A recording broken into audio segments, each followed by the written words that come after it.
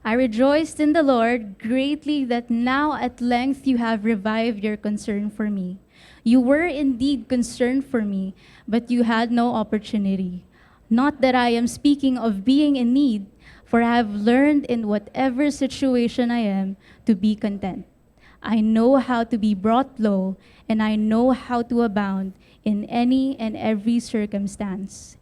I have learned the secret of facing plenty and hunger, abundance and need. I can do all things through Him who strengthens me. And let's all read from the Tagalog version as well. Lubos ko akong nagagalak sa Panginoon dahil muli niyong ipinakita ang pagmamalasakit niyo sa akin.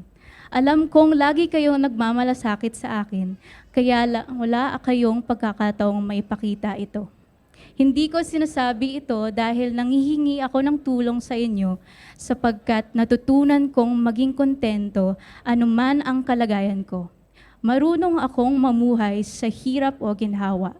Natutunan ko na ang lahat ng ito kaya maging anuman ang kalagayan ko, busog man o gutom, sagana o salat, kontento pa rin ako. Kaya kong harapin ang kahit anong kalagayan sa pamamagitan ng tulong ni Kristo na nagpapatatag sa akin. This is the word of the Lord. Let's all pray. So Lord, we thank you for your word.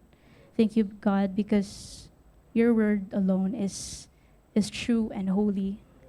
And Lord, I pray for the preaching of your word today. I pray that you would anoint it, and I pray that you would speak through our pastor. And Lord, I also pray for each one of us that you would open up our hearts and our minds to your word. May your truth be evident in our lives. In Jesus' name, amen. Hello, good morning, everyone. We are in our second week of our series entitled First of All. Our goal is to be able to have a biblical understanding about money. We want to be able to look at wealth, finances in the lens of God's Word. And that is right for us when it comes to being followers of Jesus. I would like to qualify the preaching today. No? I would like to say that the preaching today is primarily going to be fully focused on the Christians. Sino ito yung mga Kristiyano? Mga Kristiyano? You're saying that you're followers of Jesus. Come on now.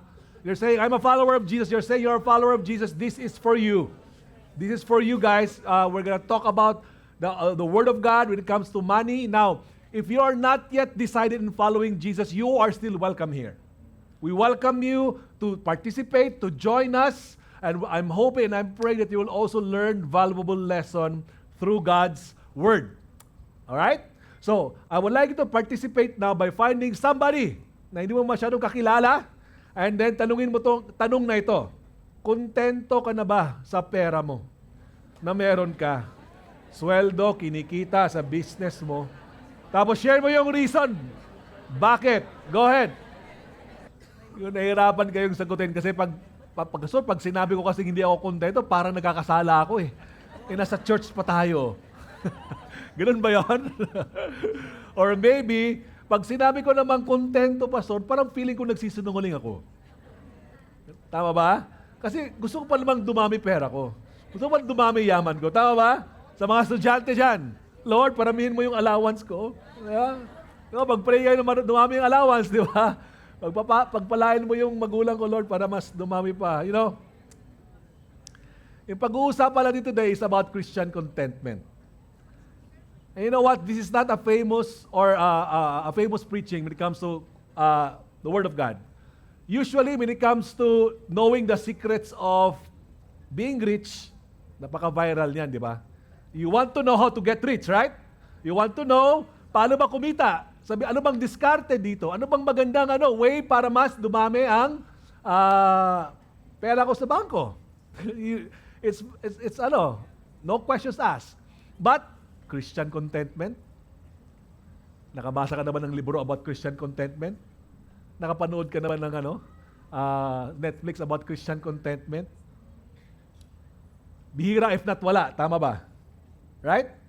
Sa Facebook, may mga sikat na when it comes to how to be rich, yung tinatawag ng the school of the hard knocks, yung sa Tagalog pa, ang paaralan ng mga hirap sa buhay. He would ask questions sa mga mayayaman, millionaire, even billionaire. He would ask questions kung paano sila yumaman, and they would talk about principles Endless principles, iba-ibang klaseng principles about life and there.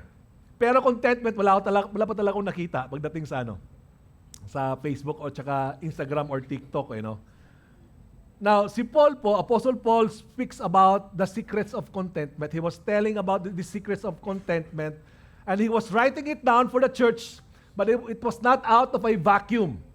He was telling it, he was sharing it because Paul experienced it. Parang last week lang, napupunta kami sa book launch ni Pastor June Divierte. He's a theologian, pastor as well, lead pastor in Victory, Alabang, and he just launched his first book entitled Theological Discipleship. Alam niyo ba na 2 weeks lang niyang sinulat yung libro niya? Grabe, 2 weeks. Sabi niya, I wrote it in 2 weeks, but the content is 30 years of experience. 30 years of talking to pastors, talking to people, pastoring the congregation, 30 years of talking to bishops, understanding God's Word, studying God's Word, 30 years. Now, si Apostle Paul was talking to us about Christian contentment because he experienced it for many, many years. And here we are, we're studying about this. And one of the famous verse, if not the famous verse that Christians and even non-Christians would declare. Yung iba nga, nagpapatattoo pa sa katawan. Di ba? Nakilala ba kayong ganon? Or nilalagay mo sa screensaver mo. Anong nakalagay? I can do all things through Him who... Alright. Now, if we look at the context and try to understand and desire to understand this verse, makikita natin that this verse is not about having superhuman ability to get what I want, to get the money that I desire, to get the wealth that I want in life. It's not about having that kind of superhuman ability. Tapos gagamitin ko lang si God. Lord, kailangan kita. And I want to get this. I can do all things. Come on now. Di ba? Tapos iniisip mo sa mind mo, may mental strength ka naman, kaya yan. That's not the case. Kasi, looking at the context is about, say, contentment. Mamaya na pag-slide muna. Contentment. Say contentment. Okay? Kung pag ni-rephrase ko yan yung lalabas. Ay, mamaya na. Go back to the slide where you're going ahead of me. There. Alright. If we rephrase it, parang ganito yung sinasabi ni Apostle Paul. I am contented no matter what situations I face in life. Whether poor or rich, hirap o ginhawa, well-fed or going hungry, busog o gutom, having plenty or lack, sagana o salat, I have the strength to face them through God. That is the context of this verse. Now, Pastor, pag-usapan talaga natin contentment, nasa third world country tayo. Contentment talaga. Bakit kami mga Kristiyano, bakit tayo mga Kristiyano kailangan natin matutunan tong contentment? Bakit hindi about being rich? There's a place for that. Alright? But at the same time, it's important for us to understand this contentment kasi ito yung biblical principle that would help us go a long way in our relationship with God. So I have to define being content first. Pag sinabi mong content, it means, go to the next slide please. When you say content, it means self-sufficient. Say that when you say self-sufficient. That's the Greek word. It means self-sufficient. It means you have this human self-reliance. It's a human self-reliance wherein you don't need somebody to support you. You don't need an external circumstances to be good for you to be happy. I can control my happiness. Ganan po ang picture sa mga Greek at that time. When they say self-sufficient, it's my inner strength. It is I'm gonna invest in my mind, in my rationality, the way I reason. Because the way I reason now, it's mind over feelings. Ganon yung mga Greko at that time. Pag sinabing self-sufficient, hindi ko kailangan ng ibang tao, hindi ko kailangan na gumanda ang nangyayari sa akin para sumaya ko. Kaya kong sumaya sa sarili ko. Ganon sila. Okay? Now, when you say mental capacity, ang cons naman yan is that hindi sila marunong makisimpatya sa ibang tao. Kasi it's about self-mastery. Ako lang to. They don't know how to sympathize. They are detached from community. Okay? And they're arrogant. Kasi nga, kinaya ko eh. Di ba? Sumaya naman ako. Anong nangyari? Kaya ko naman to. Kaya narinig niyo ba yung word na stoic? Alam niyo yung stoic? Diba? Kaya anong mangyaring pain at saka hardships? Kumbaga, deadma. Di ba? Anong tawag? Nonchalant. Right? Walang emotions, walang complaint. Sige, nangyari ka lang. Ganun. Yan yung self-sufficient sa panahon ng mga Greek at that time kay Paul. Sa panahon natin po, pag pinag-usapang self-sufficient, I don't think mental capacity yung unang papasok sa mind mo. Pag sinabing self-sufficient, nung unang papasok sa mind mo? Financial capacity. Right? Self-sufficient yan. Kayang mag-provide para sa sarili niya. Tama? Self-sufficient niya. Kaya niyang mabuhay para sa sarili niya. This is how the world operates. In fact, with regards to the socio-economic class, paano nag-ooperate ang mundo? Class A, Class B, Class C, Class D. Magkano kinikita niyan? Itong range niyan. Tama? Financial capacity. Kung ikaw ay maglo-loan sa bangko, financial capacity. Loan ka ba ng bahay? May capacity ka ba para magbayad? Loan ka ba ng kotse? May financial capacity ka ba? Tama ba? Gusto mo mag-credit card? May financial capacity ba yan? Visa, may financial capacity ba yan? Sa gobyerno natin, ilabas ang salin. Yes, lakas nun ah. Di ba? Gusto natin makita. Sinong kumukurakot sa pera natin? Financial capacity. Pagdating sa love life, anong sabi ng magulang? Sino niligaw sa iyo, anak? Siya ba? May financial capacity ba yan? Kaya ka ba niyang buhayin? Tama ba? Mapagkunwari kayo. Parang hindi kayo Di ba ganun yun? Di ba mga magulang? Kaya ka bang buhayin, anak? Okay? Tingnan mo trabaho niyan. Talaga ba? Financial capacity, self-sufficient. Sabi nga ni John Lloyd, mas okay yung mas mukha kang mahirap pero maraming ipon. Kesa naman sa mukha kang mayaman pero napakaraming utang. Okay? Hindi ko alam yung context kung anong sinasagot ni John Lloyd dyan. Pero here's what I can say. Listen up, Christians. Bakit natin pinag-uusapan to? Here's what I can say. Money can bring contentment. Money can bring contentment. And yes, even to a Christian. Money can bring contentment. Do you agree with that one? Nahihirapan ako, Pastora. Yes, money can bring contentment. Pag-uusapan lang natin yung contentment meter. Kung may contentment meter lang, tapos ito yung pera, tapos ito yung tinitingnan mo pag ito, kontento na ako. From red to green. Okay? If you look at that, pag contentment meter, iba-iba yan sa bawat tao. Iba-iba tayo ng level of contentment or meter of contentment. Tama ba? Sa isang bata, sa isang estudyante, sa isang single, sa isang may asawa, sa isang lola, iba-iba ang contentment meter. Tama?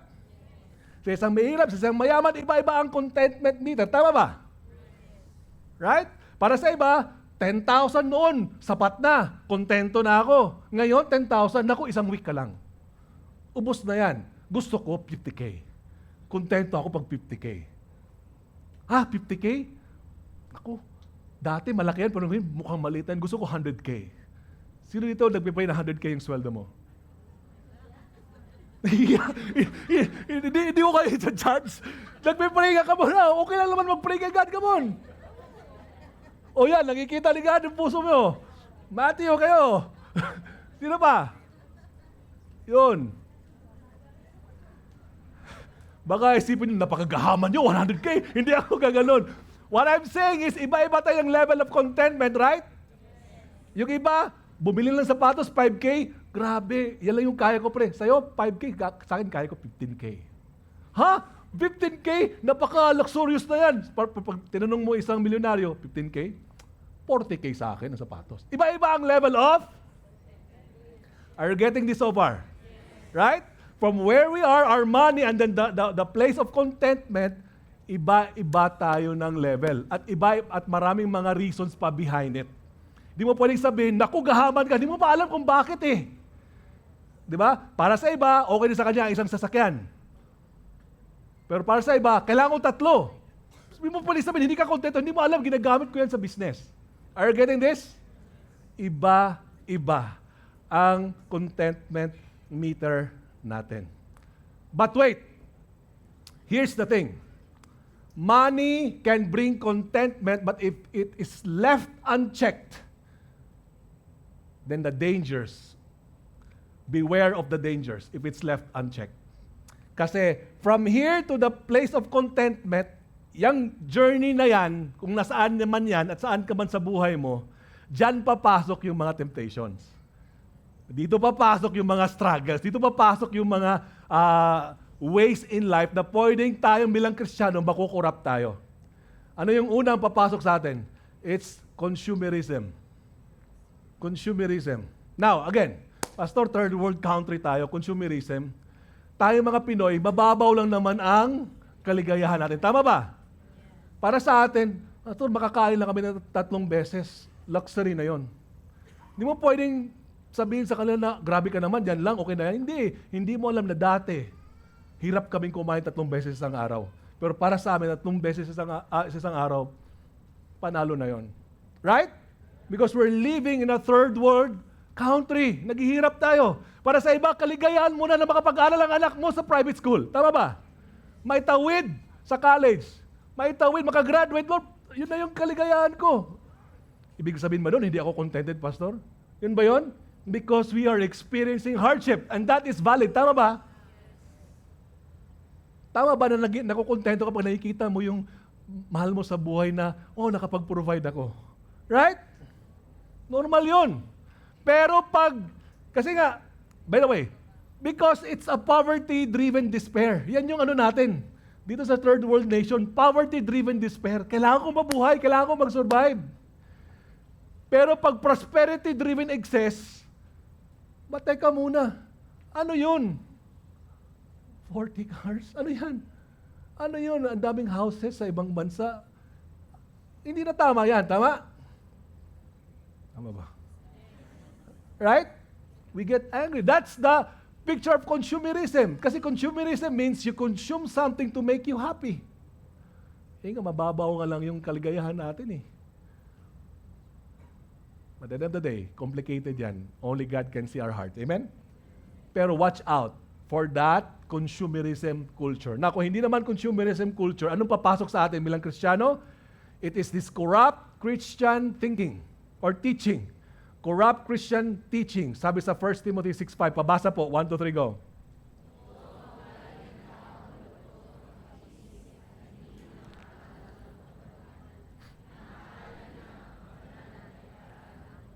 Yun!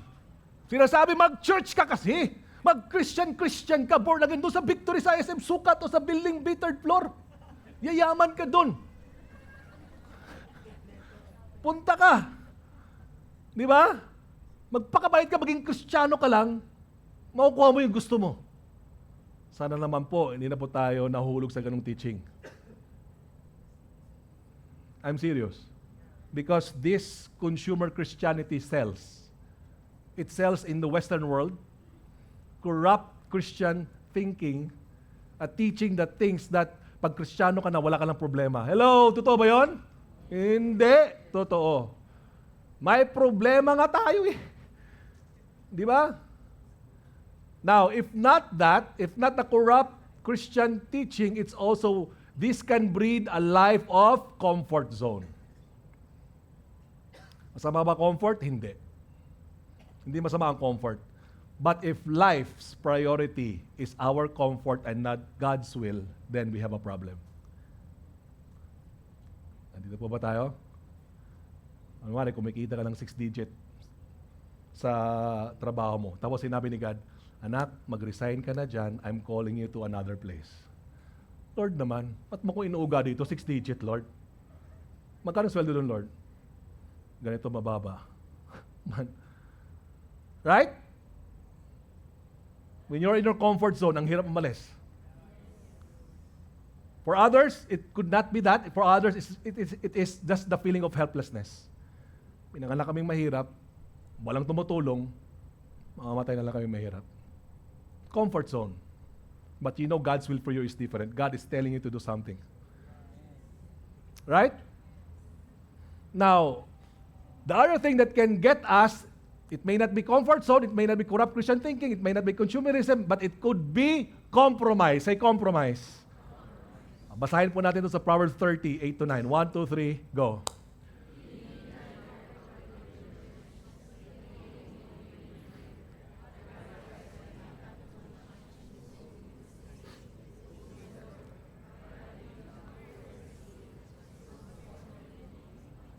You see that temptation?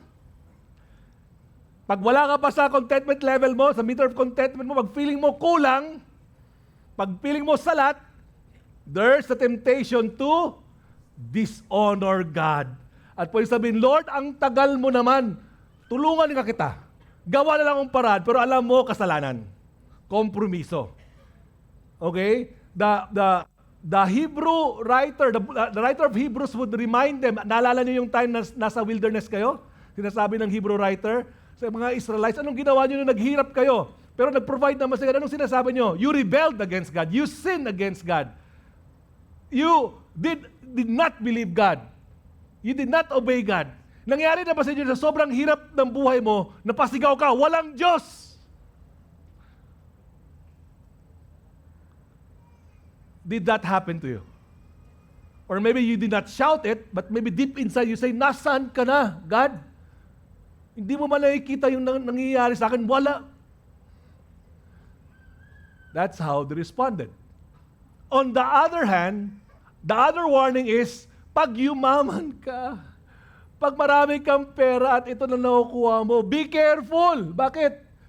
Baka makalimutan mo ako at makakalimutan mo ako. Or baka ikaw na yung magsabi na, ako ang naghirap dito, pera ko to, akin to.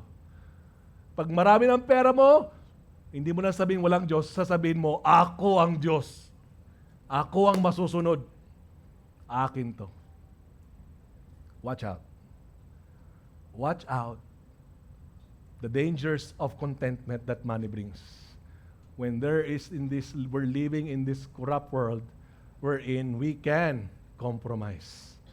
Now mga kapatid, we know that God's Word clearly says, sabi sa Proverbs 23:5, in the blink of an eye, wealth disappears. Ibig sabihin, napaka-unstable ng pera. Tama ba? Tanggap mo yung sahod mo. Hello! Dumalang sa'yo. Bye-bye! Di ba? Tama ba? Bye-bye! Dumaan lang sa mga palad mo ngayon, nagpipray ka, Lord, Christmas bonus! Akin na, ibigay nyo na. Pag dumaan, naku, bills left and right, di ba? Boom. And that's the nature of money. It is unstable. But at the same time, money has also limitations. The inability of money. Sabi sa 1 Timothy 6:7, we cannot take anything with us when we leave this world. We cannot take anything with us when we leave this world. Pag namatay tayo, di mo madadala yan. Diba? And Jesus also clearly said, you cannot serve God and klarong-klaro.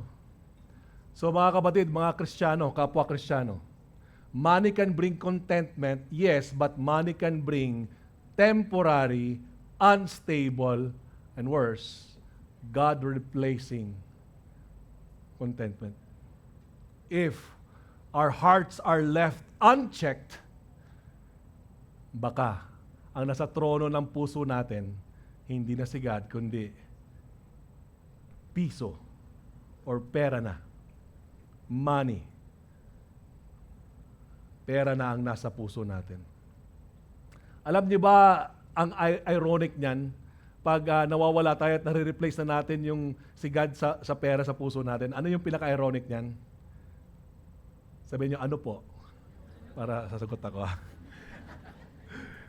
Ecclesiastes 5 says, whoever loves money never has enough. Whoever loves wealth is never satisfied with their income.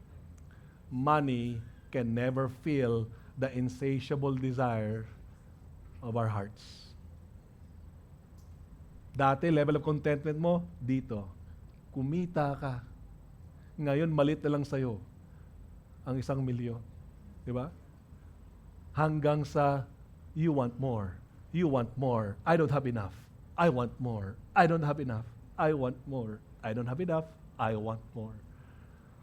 That's already going towards greediness. So, paano natin malalaman yung sikreto? Sikreto ng Christian contentment at mabuhay doon. Kailangan matutunan natin ito sa buhay ni Paul. Tingnan natin. Diba? Pero bago tayo pupunta kay Paul, tingnan muna natin yung background ni Paul. Balik tayo sa background ni Paul. Yan yung background ni Paul. Oh. Si Paul po ay isang Roman citizen. Sa panahon natin, that's equivalent to US citizen. Alam ko, naglabas ng si Trump, memorandum na pag gusto mo maging US citizen, ilang $1,000,000? Pastor Fidel, share it to us. You buy your citizenship. Okay? Ang Roman citizenship po, kaya pong bilhin. Pero kaya rin ipamana. Hindi natin alam kung paano niya namana yan. Malamat malamang sa tatay o sa lolo niya. Kasi si Paul is pure Jew. Okay? Pero pag Roman citizen ka, elite ka. Pag Roman citizen ka, mayroon kang level of rights and privileges. Ganon si Papa Paul. Di ba? Iba siya. Tapos, elite yung education niya. Aral siya, yung teacher niya, si Gamaliel, napakasikat na teacher at that time. Okay? Can you imagine kung nasaan siya sa Tarsus, pupunta siya sa Jerusalem para mag-aral? Kaya siyang ipadala ng kanyang magulang para mag-aral sa Jerusalem. Ganyan si Papa Paul. Okay? Now, hindi lang yon. Business person din siya because he is a tent maker. Mayroon siyang entrepreneurial skill para kumita ng pera. Kaya niyang kumita ng pera. Tent making may not be a high class of a job, but it is a lucrative business at that time. Okay? Mayaman si Papa Paul. Now, not to mention yung mga travels niya. 3 missionary journeys lang naman. Meron nagkwenta niyan sa panahon natin. Pag yung pera na ginagastos niya sa panahon daw natin ngayon, it could amount to $300,000 to $500,000. So that's equivalent to 15 to 25 million. Alam ko may nagsusupport sa kanya, pero kaya niyang mag-travel. Mayaman si Papa Paul. Di ba? That's his superior background. Pero pag tinignan mo yung pinagdadaanan niya, sad-sad sa hirap yung napagdaanan niya. Gusto ba natin basahin yung mga napagdaanan niya? Tingnan natin yung napagdaanan ni Paul. Pag-usapan lang natin yung occupational hazard ng trabaho niya.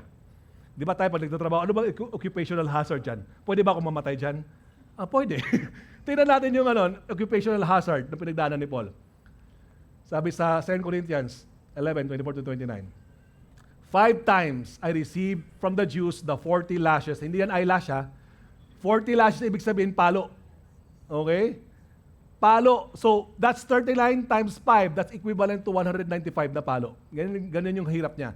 3 times I was beaten with rods. Once I was stoned or pelted with stones. 3 times I was lumubog. Yung barko. Tapos saan siya? Ano sabi niya? I have spent a night and a day in the open sea. Sino gusto mong experience doon? Sa laot, ikaw lang mag-isa. Di ba? Anong sabi niya?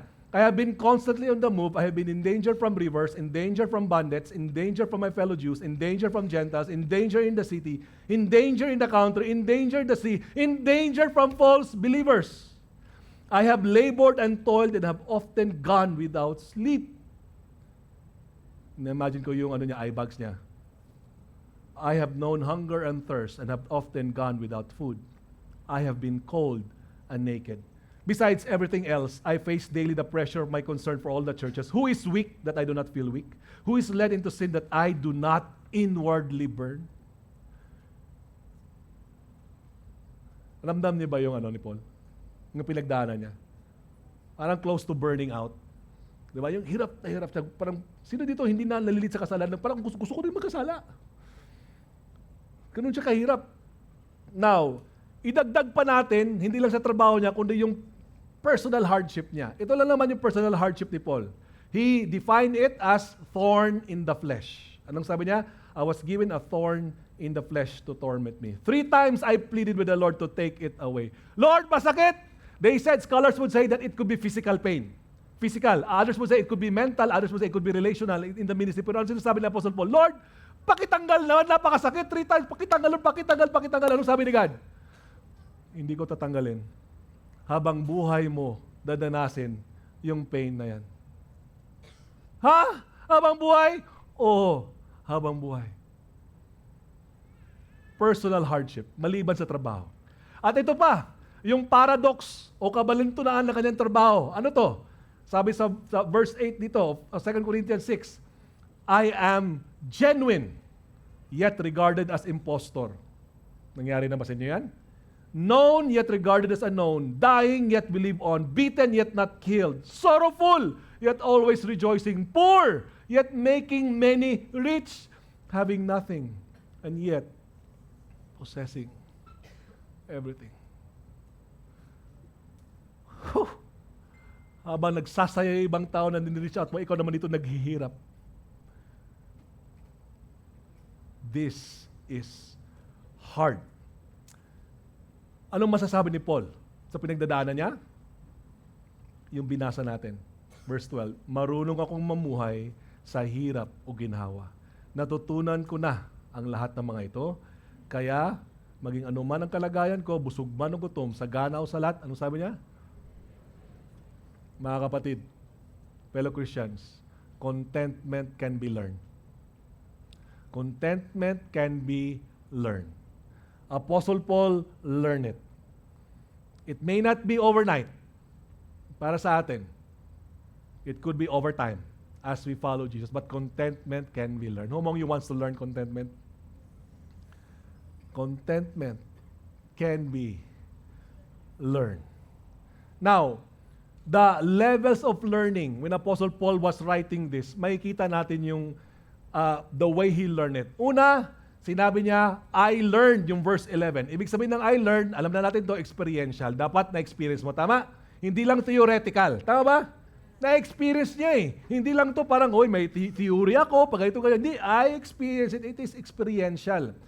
He gained fact knowledge from what he experienced and then led him to reflect and realize. Di ba? Ganun tayo, di ba? May pinagdaanan ka, tapos nag-reflect ka, tapos na-realize mo, okay, ito tama, ito mali. Would you agree? But, this is what I also want to say, hindi lahat ng wisdom sa mundo masama. May magagamit tayo. Tama ba? Though some also are unspiritual and demonic. That's why we need to discern. They say experience is the best teacher. Would you agree to that? I'd like to refute that. Evaluated experience is the best teacher. You need to evaluate your experience. Marami nang tumanda pero hindi natuto. Tama ba? Tayo rin, pwede tayong paulit-ulit tayo sa mga nangyayari pero hindi pa rin tayo natuto. Tama ba? Ibabalik at ibabalik ka ni God doon kasi hindi ka natuto eh. That's a tuition fee of learning for us. Experience, experiential. Pero hindi lang po nagtatapos doon kasi verse 11 learn, verse 12 says no. Ibig sabihin, spiritual. Hindi lang po siya intellectual na ikaw lang yung mag-isa, katulad ng ginagawa sa Greek, sila lang mag-isa, detached from other people, it's also spiritual. Ibig sabihin, what you experience as you reflect on it, it goes through spiritual comprehension. Dito po ba tayo? Goes through spiritual comprehension. Nag-usap na ba kayo ng, nangyari ba ito na may kausap ka tapos hindi mo maintindihan tapos nagpa-explain ka ng pa-explain? Paano kaya? Turo mo ako hanggang sa nung pagkasabi niya, napa-exclaim ka, napasabi ka ng, I see what you mean. Ganun ba yun? Nangyari ba sa inyo yun? Nag-gets ko na. Naintindihan ko na yung sinasabi, I see what you mean. Yun po yung comprehension dito. Hindi lang siya mental but spiritual comprehension. Mga kapatid, hindi lang experiential but also spiritual. Tama ba yun? And hopefully biblical. Okay? But yet, hindi pa nagtatapos doon. Verse 13 says, I have learned the secret, which means this can only happen through a relationship with God. relational. Hindi lang siya experiential, hindi lang siya spiritual, but also relational. That you get to understand the secrets of God's heart. And God also would reveal kung ano nasa puso natin. Tama ba? The Lord will be the one to reveal what's in our heart. We get to understand what contentment is in God's lens. Where experience alone cannot endorse and where money cannot buy. A revelation from God. So in short, Christian contentment can be learned through our intimate relationship with God. Through our intimate relationship with God. Mga kapatid, do you have an intimate, growing relationship with God? Or superficial lang? Baka kasi hindi natin masyado naintindihan kasi pag may problema na when the going gets tough, kumakalas na tayo kay God. Ako na. Gagawa na ako ng sarili kong magni-ninja moves na ako. Di ba? Lord, tatampo na ako. Marami tayong ginagawa. Baka sinasabi ni God sa atin ngayon, dumikit ka. Strive.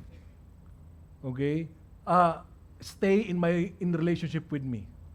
Abide in my word. Abide in my presence. Learn by heart. Grow. Walking with me in your Christian walk. I hope we respond to that call.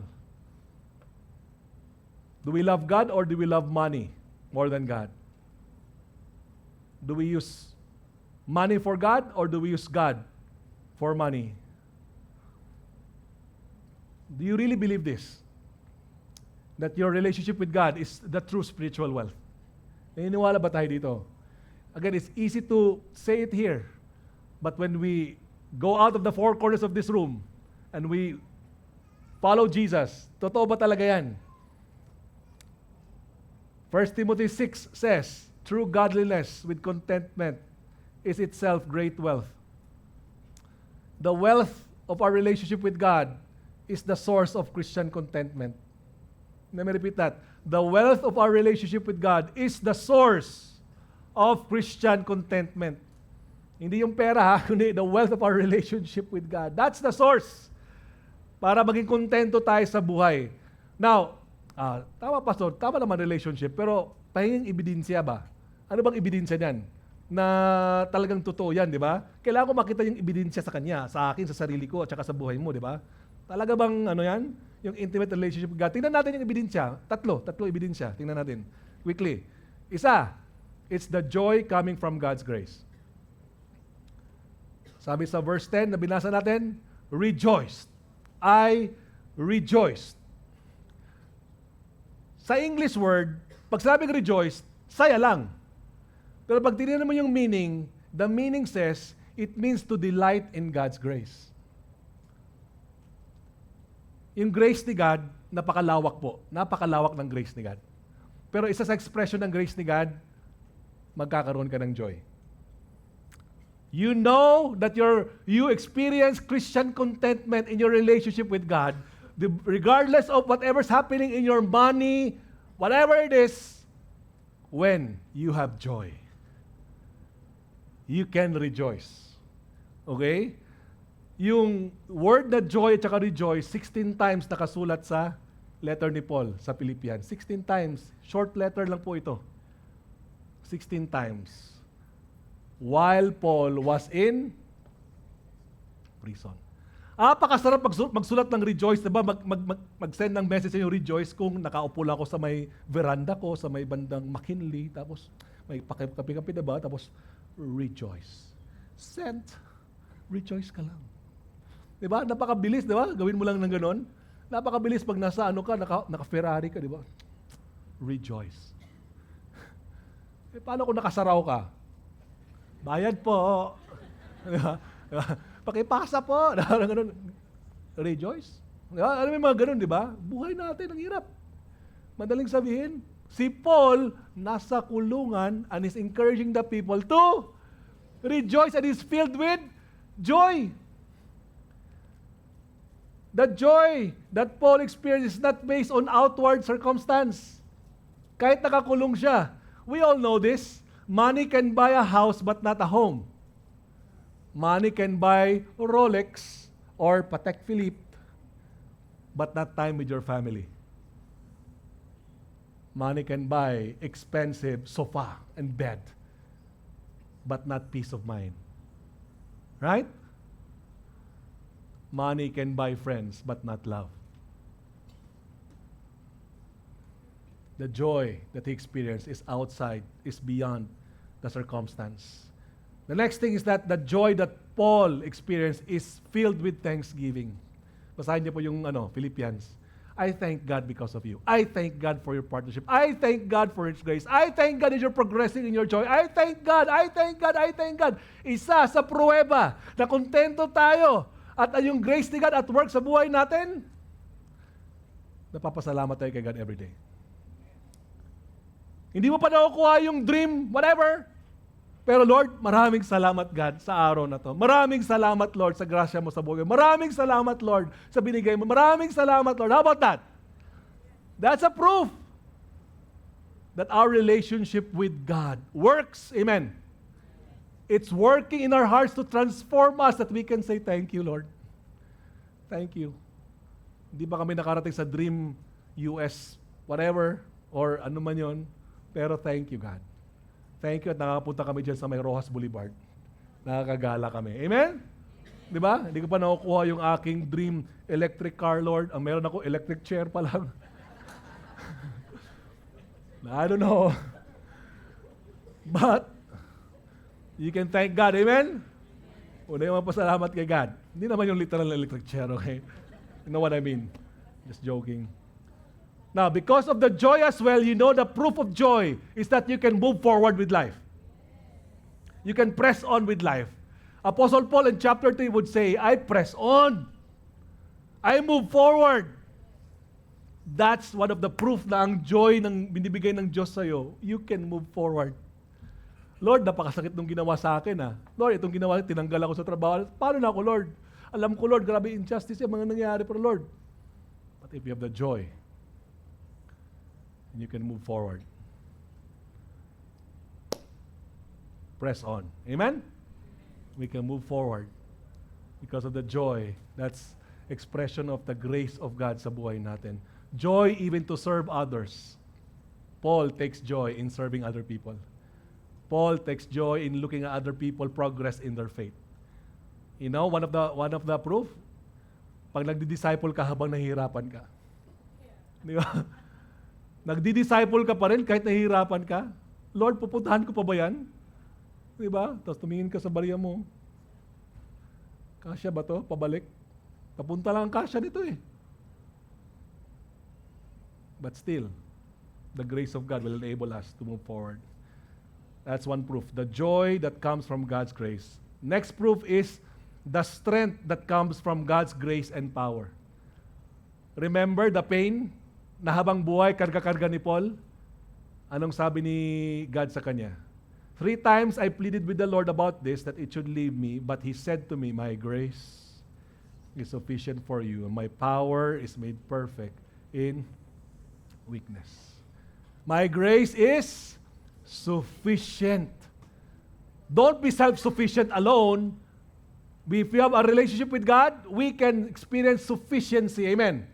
From the grace of God, the strength to endure the pain.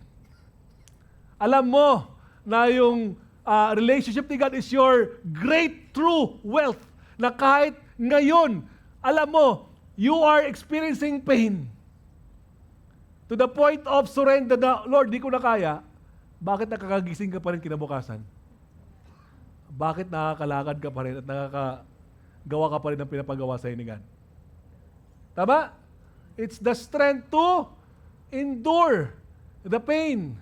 Pero hindi lang yun, mga kapatid. Alam niyo ba, clue lang, no? Si Apostle Paul, naintindihan niya yung purpose kung bakit siya may pain. Personal pain. Alam niyo ba yun?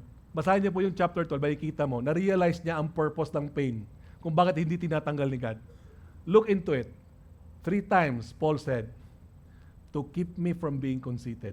Alam ni Paul na mayabang siya.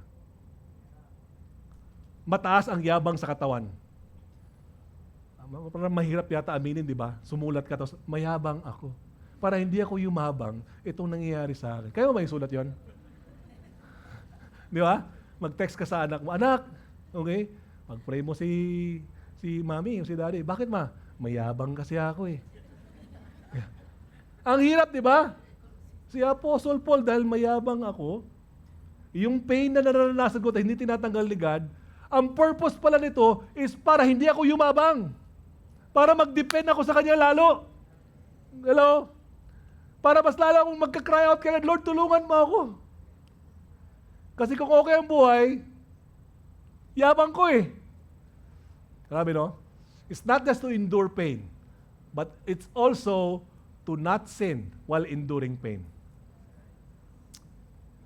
To not sin while enduring pain. To the point that Paul would boast in his weakness. Paul would say, I boast in my weakness because when I am weak, then I am strong.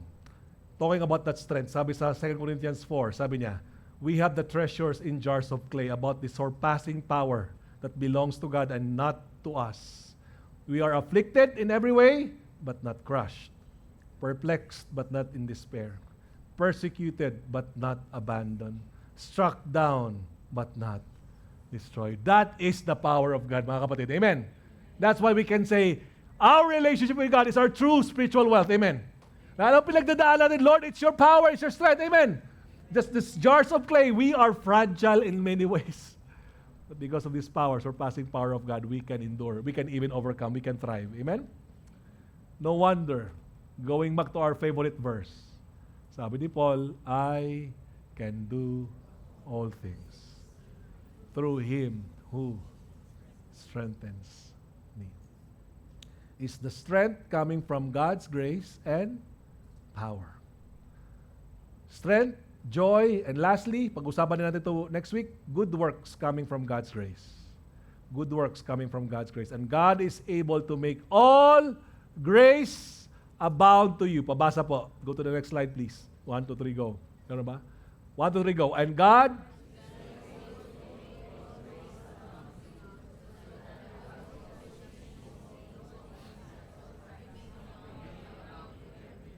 Grabe, no? Usually, contentment is all about what I can get and what I can receive. You know that our relationship with God is our true spiritual wealth? Kasi, kahit naghihirap tayo, when the grace of God works in our lives, we can still abound in good work. Kahit alam mong, Lord, arang kung ako lang to, di ba, ang hirap eh. Di ba? Yung yabang ko, yung ano ko, parang, nangyari na ba sa inyo, pumunta kayo sa department store, tapos napagkamalan kang sales lady or salesman? Magkano to? Di ba? Parang ikaw, pumakalo ka, di ba? Hindi ako yan. Tapos bilang sabihin mo, grabe ka, magkano ka? Ikaw, bilhin kita. Di ba yung yabang natin, di ba parang ganon? Tama ba? But when we experience hardships, pray mo na insulto ka, kaya mo bang gumawa about in good work? Si Paul, na-insulto. Si Paul, genuine, sinasabing impostor. Si Paul, ginagawa ang tama. Di ba, tinatry na gumagawa, tumutulong ka, ikaw pa yung naging masama. Hirap. Pwede namang gumanon si Paul eh. Ang kakapal na mukha niyo. Di ba? Pero hindi. When he would speak to the church, he would be loving. Yes, he would be stern, but there's love. He's abounding in good work. You know that our relationship with God is our true spiritual wealth. Amen. Whether abounding, marami, or salat, we can abound in good work. I'm going to talk about that more next week. These are the expressions of God's grace. Joy, strength, good works. Out of our relationship with God. Yan po yung ebidensya. Ebidensya ba? Ng Christian contentment. Okay? Now, ano yung full expression of God's grace? You'll know this. It's not money. It's not the things that we do. It's not even the achievements. You know, it's Jesus, right? The full expression of God's grace is Jesus. John 1, 14 and 16 says, and the Word became flesh and dwelt among us, and we have seen His glory, glory as of the only Son from the Father. Ano si Jesus? He is full of grace. But at the same time, For from His fullness, we all have received grace. Because of our relationship with Jesus, we can be full and we can be filled. Amen. We can be filled even ano pang mga status ng buhay natin because of His grace. Jesus died so we can live. Think about that. Jesus died so we can live. When Jesus faced the cross and He said, "Not my will, but your will be done," every walk, bawat palo, bawat iyak, tingin, strength after strength after strength after strength after strength, rejection, mockery, strength after strength towards the cross. And at the cross, when He was hanged there, what kept Him there? Sabi nga natin, what kept Him there is are not the nails. He can just get out of the nails. What kept Him there is His love for us. His love for you and me. He died so we can live, and He rose again from the grave and is alive so that we can live for Him. That's why, and I'm gonna call the music team to come up here. That's why Apostle Paul, Philippians 1:21, he said, "For to me, to live is Christ, and to die is gain." To live is not about having more and more. To live is not about what happened to me that I lost some of those. In fact, Apostle Paul said in Philippians 3, what was supposed to be a gain for me, dapat akin yan, whatever it is, I consider it a loss. Compared to what? Compared to the surpassing worth of knowing Jesus my Lord. Pag kinumpare yung si Jesus, yung worth ni Jesus, tapos itong pera, itong lahat mga nangyari, wealth and all, pag kinumpare yan, dito ako, the surpassing worth of knowing Jesus, I'd rather have this. To live is Christ, and to die is gain. Mga kapatid, it is because our true spiritual wealth is our relationship with Jesus. Do you want, or would you even decide to go deeper in your relationship with Jesus? I pray that we would, because at the end of the day, Jesus, who is our first of all, is able to fill us to the full. Let me repeat that. Jesus, who is our first of all, when we make Him the Lord of our lives, He is able to fill us to the full every single day, no matter what. Like Apostle Paul, may we cry out and say, "Lord, I press on to know You. My heavenly prize is Jesus, it's You. More than all the rewards, Jesus, You are my heavenly prize. You are good, and You've always been good, and You never cease to be good.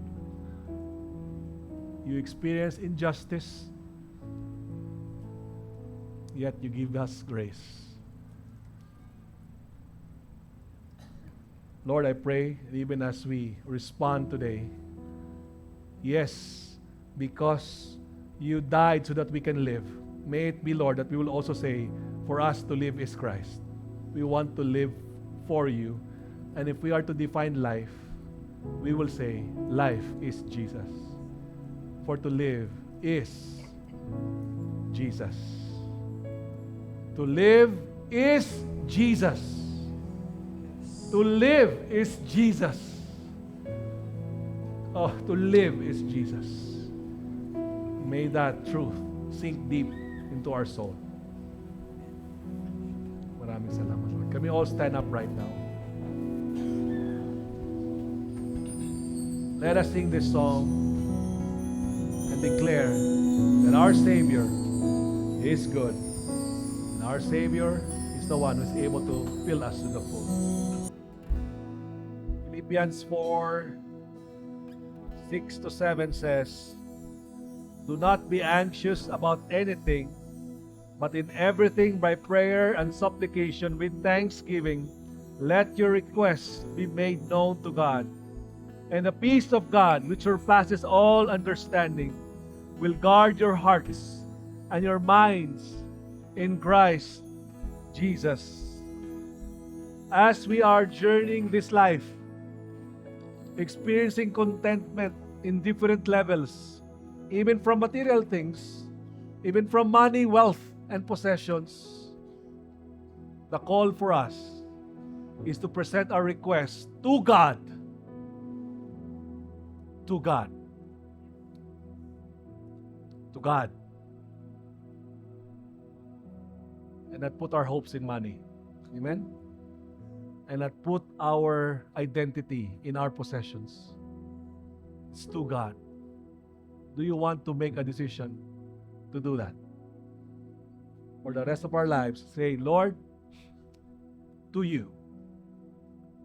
It's to you, O God. This life of Christian contentment, I'm going to live for you. Lord, you see our hearts. Let it be, Lord, that's going to be our decision. I want to pray for two groups of people right now. The first group of people are, you've experienced pain. Pain. Naghihirap ka. Ito yung nangyayari sa'yo na parang nawawalan ka na ng lakas. And there's the temptation to compromise, to cut corners, to sin, to cheat, to do something wherein you can have money pero you know that's not what God wants you to do. And you're asking God for the grace, Lord, I don't want to sin, I want to honor you. Would you raise up your hand and say, God, help me. Help me to endure the pain and not sin. Lord, you see the hand of these people. Help my brothers and my sisters in Christ, Lord, that they will endure the pain and that your relationship with them, oh God, will give them the strength, oh God, to follow you, strength to do what is righteous, but at the same time, they will overflow with joy. Joy in their workplace, joy in the school, joy wherever it is, Lord God, that they're experiencing challenges. Let it be, oh God.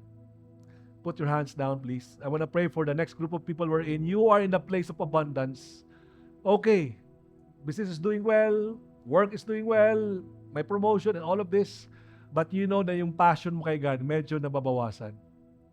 You know that this could actually lead you slowly away from God, but you know that's the danger, and you want to keep the passion for God. Would you raise up your hand as well and say, God, I want to be loyal and faithful to you. Help me be loyal and faithful to you no matter what. Lord, you see the hands of my brothers and sisters in Christ as well, Lord. The dangers of money, oh God. I pray that every single day, their contentment will be from you. Your presence, your power, Jesus Christ, in their lives. And that they would also overflow in good works as well, together with their fellow Christians. Maraming salamat, Lord. Put down your hands, please. Now, I'd like to pray for everyone. Last week, ginawa natin to. I'd like you to take off your wallet right now and then your cell phone. Taas nyo lang. Gagano natin. Pag-pray natin again that He will be the Lord of our money. Okay? Yung cellphone natin, yung app natin dyan, si Shein, si Lazada, si Shopee, ano pa? GCash. Sana wala kayong scatter dyan. Okay. Online lahat, di ba? Lord, pati credit card, Lord, sa'yo to. Tapos, pakipasan lang po yung mga wallet ushers. Joke lang. We pray natin, pati yung cellphone natin, okay? Go ahead. Let me pray. Let's declare this right now. God, you are the Lord of be the Lord of our money. Go ahead. Say, be the Lord of my money. Be the Lord of my application in my cell phone. Be the Lord of my heart. Help me, oh God, to make every decision when it comes to money, big or little or small, a spiritual decision to honor you. Lord, I pray that as my brothers and sisters in Christ have committed, Lord God, as an act of our submission to you, Lord, would you bless them abundantly? The blessing that's not just measured in finances, oh God. The blessing that comes from our intimate relationship with you. Maraming salamat, O God. The Lord bless you and keep you. The Lord make His face to shine upon you. The Lord lift up His countenance towards you and grant you joy, strength, and even the grace of God to do the good works as you are sent to these four corners of the room Our service has ended. It's now time to serve your family, your loved ones, your community, your campus, your workplace. God bless you, everyone. Lord bless.